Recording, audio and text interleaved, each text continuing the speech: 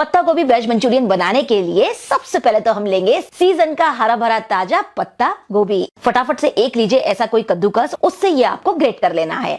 ये लीजिए। तो यहाँ पत्ता गोभी में सबसे पहले हम डालेंगे बारीक कटी हुई हरी मिर्च, ग्रेटेड अदरक, लहसुन, काली मिर्ची पाउडर, कश्मीरी लाल मिर्ची पाउडर, स्वाद अनुसार नमक, गरम मसाला, मैदा, कॉर्न स्टार्च। अच्छे से करेंगे हल्के हाथ से सभी चीजों को मिक्स। ये देखिए मैंने सब चीजों को बढ़िया से मिक्स कर लिया है। तो यहाँ पर मैंने कढ़ाई में पहले ही तेल को गर्म होने के लिए रख दिया था और बढ़िया हल्का सुनहरा होने तक बॉल्स को फ्राई कर लेंगे। अब यहाँ पर हम अपनी मंचूरियन बॉल्स को हल्का सा होने देंगे ठंडा।